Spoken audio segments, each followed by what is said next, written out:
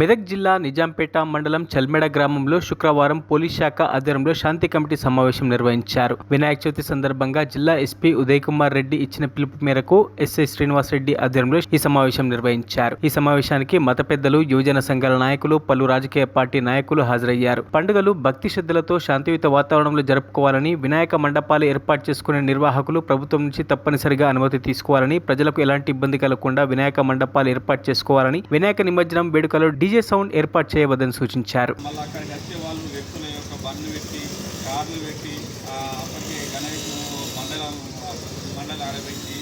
ఇవన్నీ పెట్టడం వల్ల ఆ రోడ్డు చిన్నగా అయిపోయి పోయే వాళ్ళకి వచ్చే వాళ్ళకి ఇబ్బంది కలిగి ఏమనిపిస్తుంది వాళ్ళకు వాళ్ళు మనల్ని మండలంలో రానున్నటువంటి గణేష్ నవరాత్రి ఉత్సవాల సందర్భంగా ఈరోజు నిజాంపేట మండలం చెల్మెడ గ్రామంలో మీటింగ్ ఏర్పాటు చేసుకోవడం జరిగింది. దీనిలో ప్రతి ఒక్కరు కూడా గణేష్ మండలి పెట్టే ప్రతి ఒక్కరికి కూడా కొన్ని సూచనలు, సలహాలు ఇవ్వడం జరిగింది.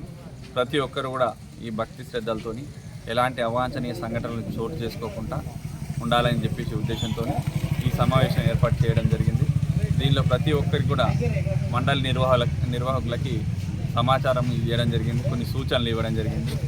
ఎవరు కూడా వేరే వారికి ఇబ్బంది కలిగే విధంగా కాకుండా తప్పనిసరిగా అందరూ కూడా పోలీస్ డిపార్ట్మెంట్కి సహకరిస్తూ ఫామ్స్ని ఫిల్ చేసి పోలీస్ డిపార్ట్మెంట్కి పోలీస్ స్టేషన్లో అందజేయాలని చెప్పేసి చెప్పడం జరిగింది.